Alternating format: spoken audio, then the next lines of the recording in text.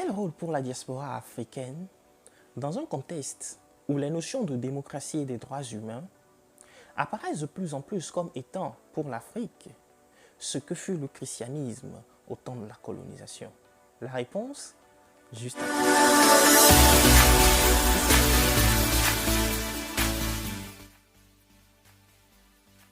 Si c'est votre première fois par ici, vous êtes bel et bien dans Sosten Talk Show. Soyez les bienvenus par ici, mais surtout, souscrivez à cette chaîne et appuyez sur la petite clochette de notification pour ne rien rater des contenus hebdomadaires que nous mettons en ligne. Encore une fois, soyez les bienvenus et merci d'être là. J'aime bien cette citation de George Carlin, un comédien américain, qui traduit en français donnerait quelque chose comme ceci. Lorsque vous vous retrouvez en face d'un peuple dont la préoccupation primaire n'est pas la collectivité mais beaucoup plus l'individu, et qui par surcroît se complaît dans son ignorance,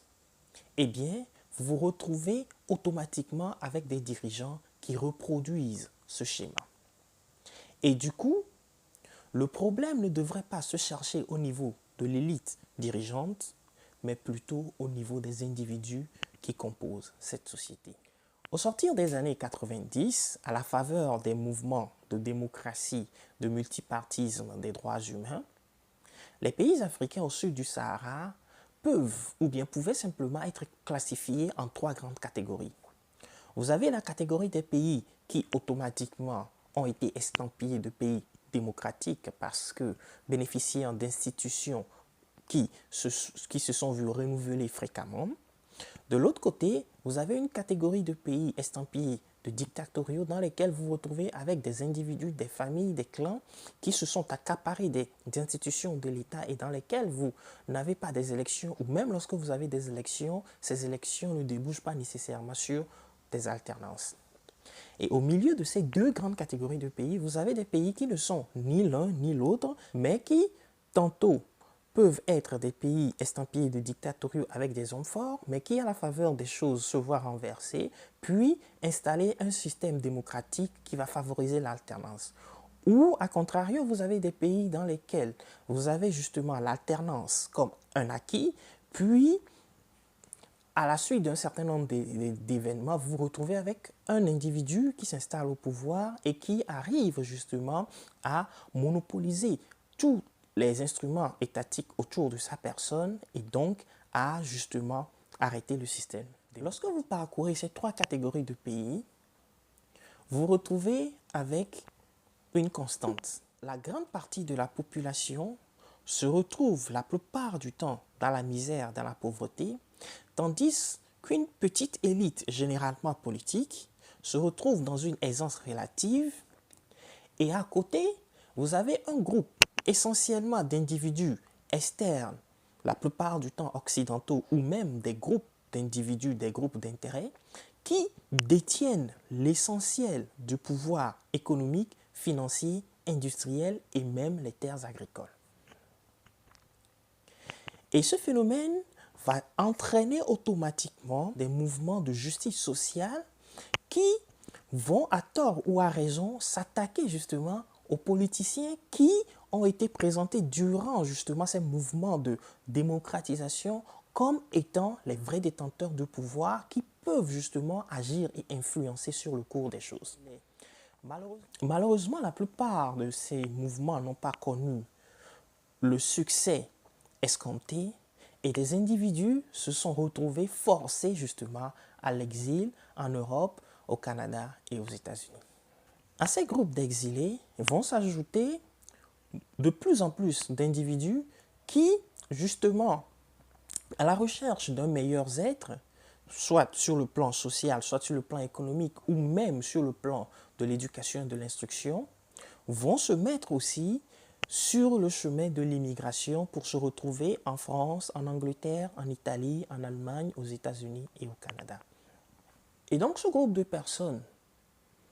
qui, avec le temps, va s'agrandir pour former justement cette grande communauté de la diaspora africaine un peu partout dans le monde, va avec le temps devenir un soutien économique de taille justement pour ceux qui sont restés derrière. Les chiffres de la Banque mondiale, du Fonds monétaire international et même de l'Union africaine démontrent ce fait. Et donc pour beaucoup de ces personnes qui se sont ou bien qui se retrouvent à l'extérieur, la continuité et surtout la réussite de ces mouvements entrepris dans les pays d'origine apparaît comme une nécessité en ce sens que si ces mouvements réussissaient, ils auraient l'opportunité justement de retourner chez eux pour pouvoir se réaliser ou tout simplement avoir l'opportunité justement de pouvoir se décharger des charges socio-financières de la famille, des amis, des relations restées au pays qui pèsent justement sur eux, même dans leur exil. Vous vous retrouvez donc avec des mouvements dans lesquels des individus mutualisent leur énergie, mutualisent leurs fonds, leur financement pour pouvoir venir en aide à un ou des politiciens ou même à des groupes de politiciens dans l'espoir justement que ces derniers, une fois arrivés au pouvoir, changeront le cours des événements. Malheureusement, l'histoire a démontré que la plupart de ces politiciens ou de ces groupes de politiciens, lorsqu'ils arrivent au pouvoir, soit font pire que ceux qui existaient ou ne font exactement rien. Et donc, au-delà du volet de financement apporté aux politiciens, vous avez la dimension de revendication auprès d'institutions internationales, d'organismes non gouvernementaux qui se sont arrogés le rôle de défendre les droits humains, de promouvoir la démocratie un peu partout. Et comme une réponse du berger à la bergère, eh bien, les régimes politiques des pays d'origine de la plupart de ces individus de la diaspora africaine trouvent le moyen aussi de pouvoir créer d'autres groupuscules, d'autres mouvements dans ces différents pays de résidence qui ont eux pour mission de justement porter le message inverse. Que vous vous retrouvez avec des individus dont les conditions existentielles primaires ne sont pas aussi différentes les unes des autres, mais qui se retrouvent justement à s'affronter dans un conflit interne sur le continent qu'ils déplacent à l'extérieur et, ironiquement, en viennent justement à demander l'arbitrage des instigateurs de ces conflits. Je veux nommer ceux-là qui détiennent en grande partie le pouvoir financier, industriel et surtout économique de nos différents pays. Malheureusement, préoccupés essentiellement par ces conflits internes, la grande partie d'entre nous ne lisons ou faisons une mauvaise lecture justement des systèmes dans lesquels nous nous sommes retrouvés, systèmes qui au départ étaient censés être les modèles de démocratie, de droits humains que nous avions voulu copier et que nous voulons copier et reproduire dans nos pays. Mais une fois que vous prenez le temps justement et le recul nécessaire pour observer ces systèmes dans lesquels nous nous retrouvons, que ce soit en Europe, que ce soit aux États-Unis, que ce soit au Canada, vous vous rendez compte automatiquement que ces mêmes individus qui détiennent la plupart des ressources économiques, financières, industrielles, agricoles de nos pays et qui accentuent justement l'écart entre les individus dans la société, que ces mêmes individus, ces mêmes groupes d'individus qui sont appelés des corporations, des firmes multinationaux, ainsi de suite, détiennent exactement les mêmes actifs industriels, financiers, économiques dans la plupart de ces pays de résidence. Et lorsque vous poussez l'analyse très loin, vous vous rendez même compte que la plupart des pouvoirs politiques dans ces pays d'origine sont pour la plupart sujets justement à ces groupes d'individus, à ces groupes d'intérêts financiers. Et plus loin, lorsque vous poussez encore l'analyse pour voir les stratifications sociales justement dans ces sociétés d'accueil dans lesquelles nous nous retrouvons,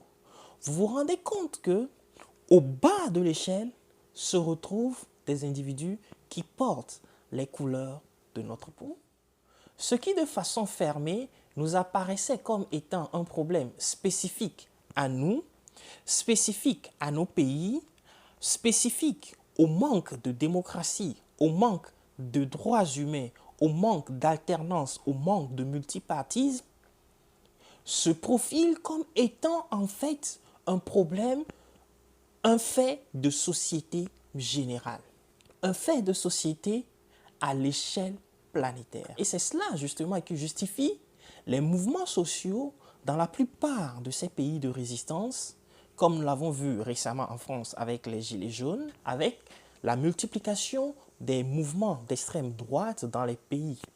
occidentaux, qui justement, au nom d'un certain droit de sol, pensent à tort que le problème d'injustice sociale est lié justement aux autres qui viennent d'ailleurs pour justement prendre ce qui leur appartient. Du coup, une fois que l'on commence par percevoir le problème sous cet angle, les perspectives deviennent différentes. Le problème ne se pose plus au niveau de l'instauration de la démocratie ou au niveau des droits humains, mais beaucoup plus au niveau justement de l'accaparement des biens collectifs par une élite oligarchique, que ce soit sur le continent ou à l'extérieur. D'où justement l'intitulé de la vidéo d'aujourd'hui, quel rôle pour la diaspora africaine dans un monde où les questions de démocratie, des droits humains s'apparentent de plus en plus au rôle joué par le christianisme pendant la colonisation. Et donc il ne s'agit pas du tout pour nous dans cette vidéo de questionner le bien fondé du système démocratique qui dans les faits et dans la théorie a prouvé être le système à même justement de créer le plus de justice et d'équité sociale. Mais il s'agit beaucoup plus pour nous de questionner cette propagande faite autour des questions de démocratie et des droits humains qui, au même moment, se complaît justement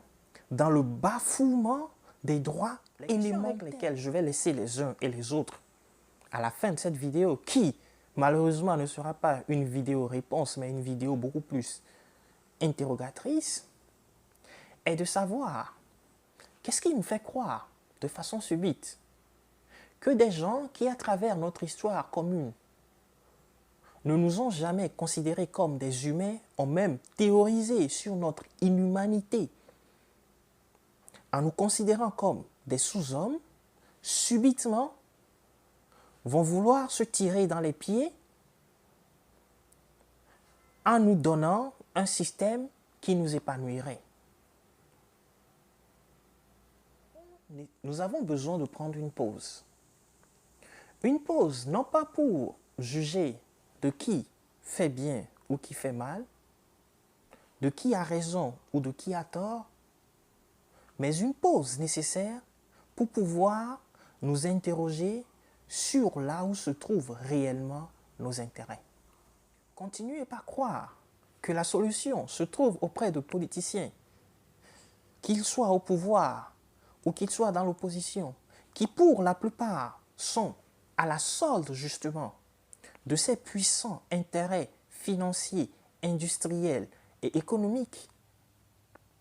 qui se fichent pas mal de savoir qui se trouve à la tête de quel pays dès lors que leurs intérêts sont préservés. Si le pouvoir se trouvait aux mains des politiciens, tous les industriels, tous les financiers seraient politiciens. Rien n'est tout à fait noir, rien n'est tout à fait blanc. Offrons toujours au monde le meilleur de nous-mêmes et marchons toujours la tête haute. En tant qu'Africains, nous avons une histoire, nous avons une identité, mais surtout, l'avenir est à nous si nous travaillons sur aujourd'hui. Je suis Sostène Oumé, très ravi d'avoir partagé ces quelques instants avec vous. Rendez-vous pris la semaine prochaine, toujours sur la même chaîne. Portez-vous.